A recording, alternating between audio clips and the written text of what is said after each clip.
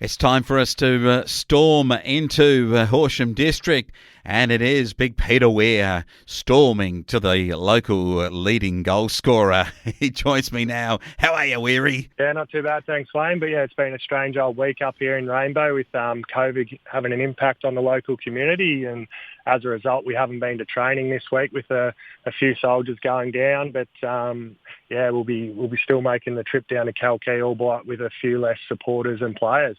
Yeah, and that's a tough one. We're going to have a listen about that a bit later in your report. We'll go first before the COVID hit and have a look at the sides and what happened. Harra thrashed Taylors Lake 26-16 to 4-5.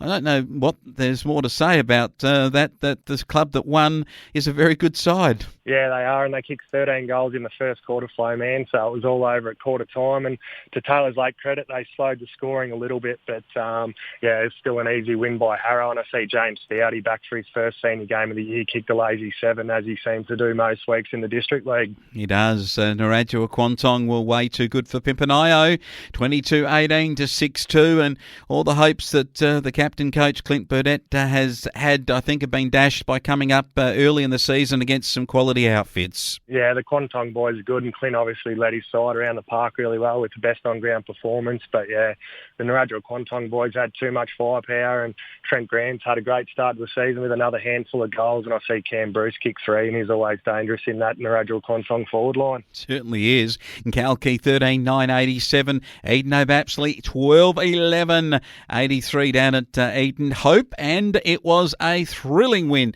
The Keys on the road, and they were challenged early this season, and they fought back real well with 2 big wins in the last 2 weeks. Yeah, that's a cracking game. Obviously, the teams couldn't be separated all day, and just at that final siren, Kalkee fell over the line, getting up by 4 points, and Jasper Gunn obviously put in another good performance, getting best on ground. And I noticed Brody Pitt, as a young ex-Strapat Rainbow boy, keep an eye on him, and it's good to see him in the best players in the Kalkee senior side. Yep, well done, and a good game between Rapanyup and the Swifts, 12-11 to the Swifts. It wasn't enough for Rapanyup have won at home. And I picked the Panthers to win it, 12-11 from them. It was a 11-point win. Yeah, I thought the Swifties might get them, but they gave a team another head start, as they did Natty Muck the week before. But you just can't give quality teams like Rapanyup a head start, as we found out in round 1, and still were never quite able to get back to get on top of the Panthers, and they had a good win at home. They did. You called this last week. You thought that Laharam at home could get their first win, and they beat Natty Muck, whose season is in tatters, the Sheep Paddocks. Yeah, very disappointing start to the season for the Natty Muck boys, and yeah, all credit to Laharam. After our game against them, you could see they were going to be a pretty tough side at home on their day, and yeah, Shannon Argle up forward with 8 goals, has kicked a lot of goals in the District League, and he obviously was the main target going forward and finished the work of the Laharam midfield. Yeah, I'll tell you what, the final one though is the game that you played in, and it was the Japarra Rainbow Storm beating the Canovallior Cougars in the end, 11-6-72 to 3-6-24. Was it a dogged affair? I mean, a low-scoring match. Was it raining? How did it end up being such a fight to kick goals? The conditions weren't ideal, but I think both teams just lacked a bit of intensity around the ball. It was quite an uninspiring game, really, Flo, man, and I think that lack of intensity just led to errors all over the field. And for Japarra Rainbow, Charles Wild, he was one bloke who tried to lift the team, but unfortunately there wasn't too many boys that went with him. But yeah, in those games, sometimes you're just happy to walk away with the win, which we did against Canova. Yeah, happy. And the big fella, Weary, best on the field with 6 goals. Kerwood just 2. Hitting the leading goal kicker there, Weary. Yeah, no, Jay reminds me. I think he keeps more tabs on it than me, Flo, man. Good stuff. And Jacob Cox is having a real good season, a gun junior, and now starting to show it at senior level. Having a look at senior level, but this time reserve grade, and it was a tough outing out there. The Japarra Rainbow boys come up against a Cougar outfit that meant business, and in the end, the Cougar lads that were a little bit too good. Yeah, the Cougars had some boys there that really should be playing senior footy. Liam Feder last year played some good senior footy, so I can't see why he's in the reserves. But yeah, our boys were off to a not bad start, but then after that it was mainly played in the Conniver forward half, and that allowed Joe Fuller and Cody Efford, a couple of good defenders, to be named in the best. But yeah, it's not the result we wanted.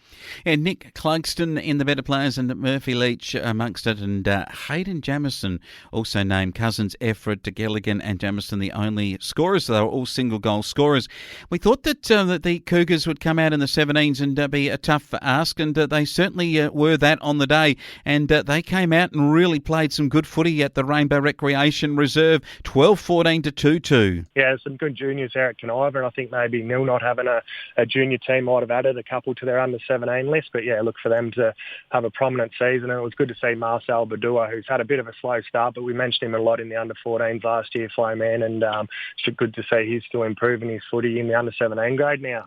Good on him, and Harney with 4 and Hiscock 4 for the Cougars, and it was good stuff from the lads to get onto the score sheet there. That's the first thing that we want them to do each week, is to be able to score. Having a look at the 14s, and in this grade, as the lads came out to play, it was some very good football early on, but Conniver got them in the end, 6-9-45 to get over Japarra to 2-3-15. Yeah, strong performance by our boys, but just couldn't quite get it on the scoreboard. And Will Fisher played a great game in the under-14s, and also got a mention in the under-17s, Flo man, so that's not a bad morning's work from young Will Fisher.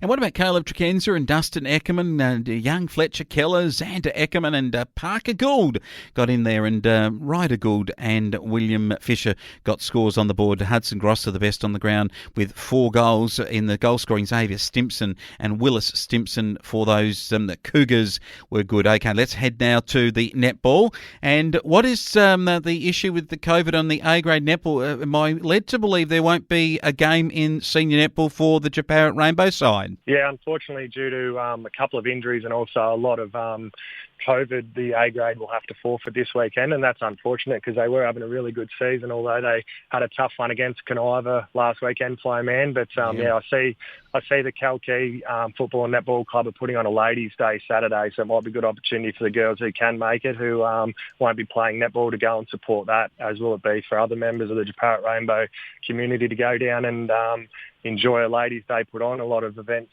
in the country can be seen as men dominant, Flo man, so it's a good opportunity for ladies to get together and have a fun afternoon at Kalkee. I reckon it will be. We'll have a look at the games in a moment, but firstly your tips. Rapanyup and Pempanayo, I've gone for the Panthers. Yeah, Rupp will be too good, and another home game for Rupp, and they won't lose too many there this year. Swifts and Taylors Lake, some rivalry on location, but Swifts to win at home? I think so. That game's actually been played at Central Park, Flo man, which is the other main oval in Store, while renovations get done at North Park. So the Taylors Lake boys will enjoy playing on that surface because it's one of the best surfaces in the league, but I look for Store to be too good. Narrajua, Kwantong versus Laharam.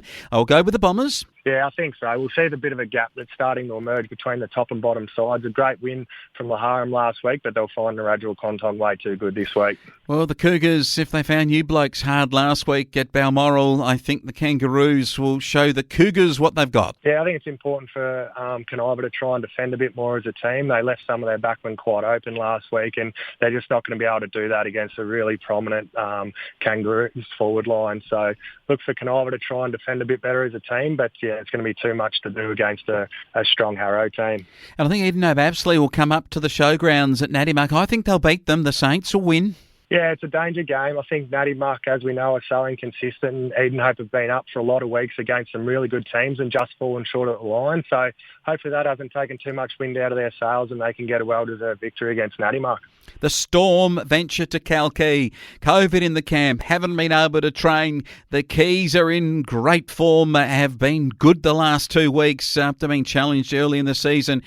I'm going to tip against the Storm here. I'm so sorry to say I'm going for Kalkee to beat you in the senior game. Yeah, no doubt our depth will definitely be challenged this weekend, but we've got some good young players coming up. Cody Efford's one who could really be a senior footballer if he put his mind to it, and I reckon he'll enjoy the contest of senior footy, and it's great to have Simon Clugston return. Him and his family have been down in Melbourne for the last few weeks and unable to play it so far this year, but it'll be great to have him come in and bolster the the back line and look to him to pick up the dangerous Jaden Coon for the Kalkee team. Yeah, but it's going to be a tough one. They've got such a good side. Xavier Hobbs, a very good footballer, and they can kick goals. That's their key. They just know how, as a team, to kick team goals, and that's where it's going to be a tough one for the untrained this week. No work. I hope the guys have been doing some laps around at home as COVID has hit the camp. Having a look at your reserve grade, I reckon another tough outing. You're going to have the numbers in the reserves, or will there be a couple of old blokes that might have to put the kit in the car? Oh, there were definitely a few blank spaces on the team sheet last night, Flo man. So if you haven't thrown out your boots, we could present you with a Japart Rainbow jumper this weekend. Otherwise, we'll have to find another few local fellows who might have to pull the boots on who haven't done that for a while. But yeah, hopefully we just get through the game injury-free and then can move on to next week once we get a few blokes back on the park. Okay, has it affected your 17-year-old age? And will they get a team out on the park? The Keys are third on the ladder and should be too good. Yeah, I think the Keys will be too good in the under-17s. And, yeah, we have lost a mixture of juniors as well. But, expect the under-17s to have a tough afternoon. But I think the under-14s earlier in the day might have a real cracking contest against Kalkee and look for them to maybe upset with a victory. Yeah, Charles, so looking at that, the Keys are 10th and you're 9th, and a real chance. I mean, with COVID, a couple of kids, I think, went down. Hopefully there weren't too many that got in contact and they haven't had to isolate. But you should be able to beat them on that game, and it would be a fantastic opportunity because it would put them right up within a chance of touching that top 6. Yeah, it'd be a great way to start the day too with a victory at Kalkee, and as we know, it's usually windy there, so hopefully the boys win the toss and kick with the breeze and get off to a great start and then get home after that. Oh, it's a good weekend. Hopefully everyone is well, and we certainly know that it's a better situation that we're out playing and having this situation than not playing we had the previous couple of years, so really is good. Big Weary, I know that you're looking forward to a big clash and looking forward to have some opportunity on that Kalkee Park to show your wares. We'll look forward to having you back on next week. Thanks very much, mate.